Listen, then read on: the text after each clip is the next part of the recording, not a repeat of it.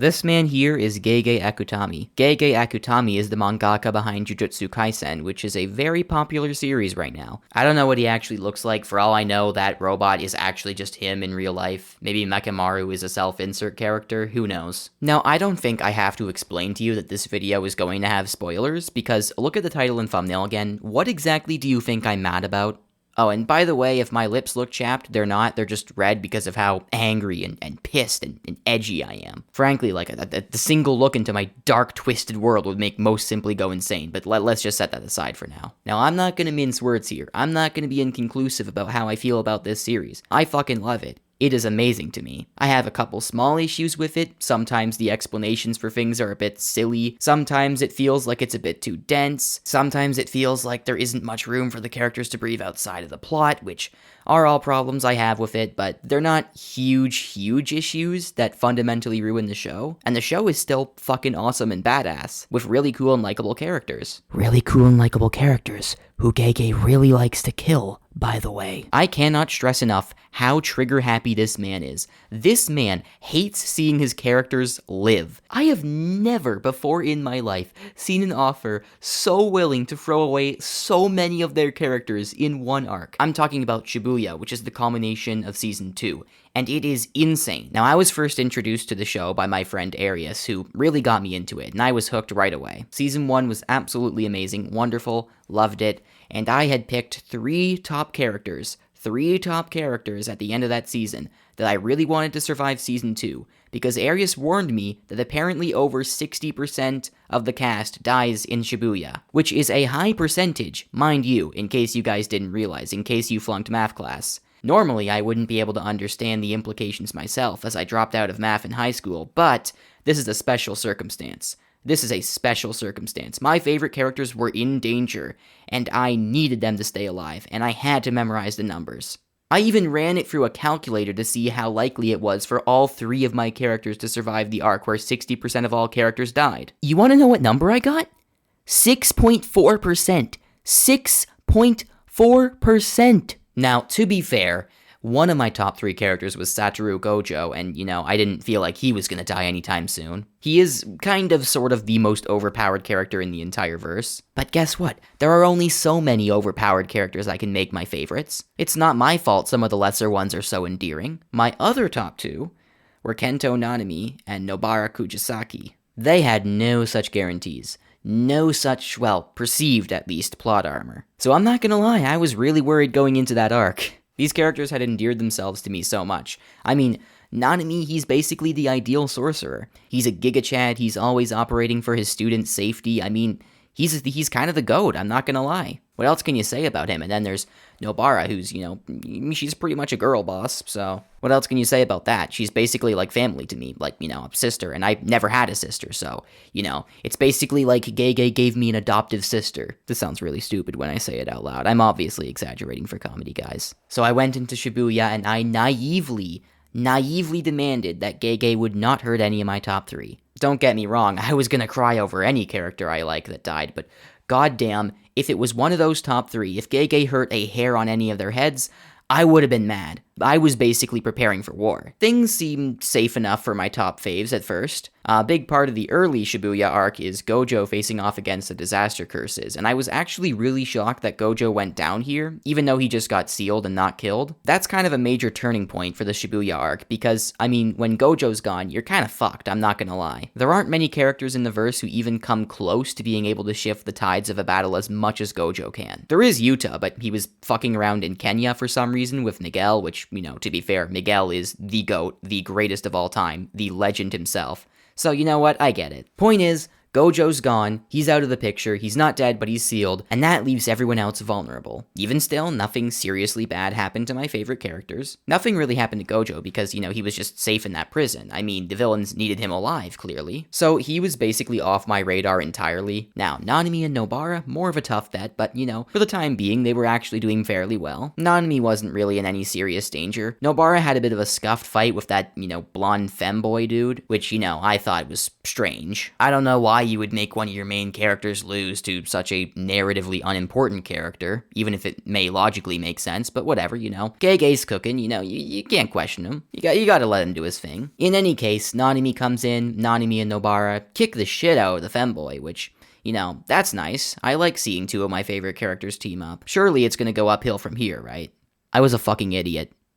Laugh at me. We kept going on for several episodes. I mean, you had Nanami doing a lot more stuff later on. And then he got burned by Jogo, which was crazy. That was the first time I thought, oh shit, is he actually gone? Did Gege really do that? Did he actually take out one of my faves? Actually, no, it turns out he survived that even though he got very badly disfigured by the burns. And you may be wondering now, well, what about Nobara? Well, she actually doesn't really do much in the arc after the femboy fight. She's kind of off to the sidelines, and from there on, I assumed that she wouldn't have anything major to do up until the end. I assumed that this arc was completely sidelining her, and that she would not come back, which means that she would be safe. I'm stupid. So we cut forward, some more episodes. There's a huge fight between Jogo and Sukuna. Then there's another, even huger fight between Jogo and Maharaga, which is just insane. Episode 17 of Season 2 is pure art. Simple as that. Then we get to... Oh, and these numbers are going to be seared into my mind forever, for eternity and eternity. If I see the numbers 18 and 19 in any context next to each other, I am getting flashbacks. I can never look at them the same way again. We open with episode 18 and Nanami, he's got some fucked up burns. He is really going through it right now. But there's still a chance he could make it out of this. That's when Mahito shows up, and Mahito, he's got to be the most hateable one of the disaster curses. Probably the most hateable villain, actually. And Mahito, he's almost killed Nanami before. He almost did it in Season 1, so I was like, oh no, you're not gonna do this, Gege. You're not even gonna do this. No, you're not even gonna think about it. Well, guess what, guys? He absolutely thought of doing it, and he did. Soon in the same episode, after a very emotional and beautifully crafted scene, of Nanami reflecting on his life and, making a last stand against the transfigured humans that Mahito created, Mahito actually gets his hand on Nanami. And that's a big deal. That's kind of how he corrupts and destroys people. And then we've got Yuji, the main character, walking right onto the scene. Now Nanami is basically his mentor. The show makes it seem like Gojo is his mentor, but that's actually bullshit. It was Nanami the whole time. Just trust me, bro. So Yuji looks at Nanami, and Nanami's like, Yuji, leave the rest to me. And he just gets fucking blown into paste. He is just eviscerated, vaporized, right off the face of the earth. Half his body is just gone. He's a pair of legs. And I was just sitting there in shock, because Gege had done it. He had gone for war. He had attacked me personally. He had taken out one of my top 3 faves. But you know what I did? Guys? I let it slide. I actually let it slide. I decided to be merciful. I was feeling good that day. I was feeling good because the Shibuya arc had been incredible. I had seen such art, such masterwork from this arc, and I was willing to set this aside. I was willing to set it aside as long as he killed no one else among the top 3. That was it. I would have given him mercy. I would have forgiven this man after what he pulled. And then, at the end of the episode, after Mahito and Yuji have an epic fight, a really creative, awesome fight that I cannot glaze enough, it cuts to a flashback where Mahito creates a clone of himself, and then it cuts to a scene where the clone is facing off against fucking Nobara. I saw this, and I paused immediately, and I said out loud, timeout, technical foul, what the fuck are you doing? Dude, you left my sister out of this whole arc, and then you suddenly drag her back in with Mahito. What the fuck? Right after you kill one of my other top 3 as well. What are you doing, man? And I thought, no way he's gonna do this to me. And then he does. Now don't get me wrong, Nobara actually puts up a pretty epic fight against Mahito. It was pretty awesome to see. And then instead of leaving, which she could have done, she's brave and she's a good sorcerer, so she follows Mahito to help Yuji defeat him. But then clone Mahito and real Mahito switch places, and real Mahito dashes toward Nobara, and she does not have time to react. And she gets slapped right in the face. That's gotta hurt. But not as much as her entire eyeball exploding, and basically half her face. But until that happened, I was coping hard. I was like, Gege, you're not gonna do this. Gege, I gave you mercy. I gave you mercy. I was pleading. I was begging.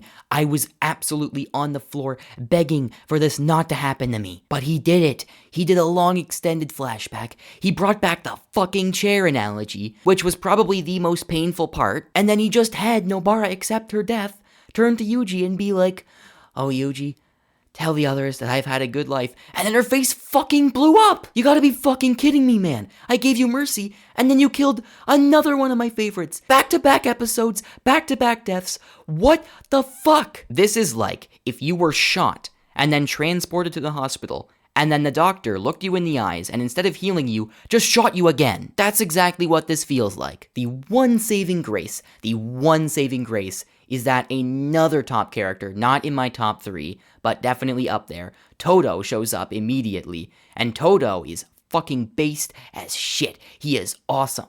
So he decides to go in and he reassures Yuji, and then they have an epic fight against Mahito, which eventually ends in Mahito running away like a whimpering baby, and then getting captured by Kenjaku, or Pseudo Gedo, or whatever the fuck you want to call him. I'm honestly not sure still. And then some other fucking shit happens that's also pretty cool, but I'm not gonna talk about it because I don't care.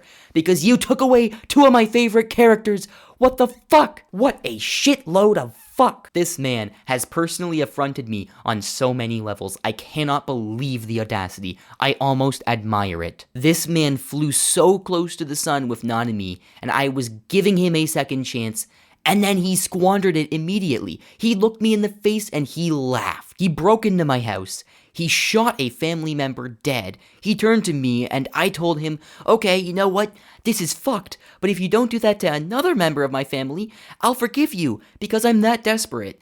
And then he turned to another member of my family and shot her too. And then he laughed in my face because that is Gege Akutami for you people. Gege Akutami is fucked up.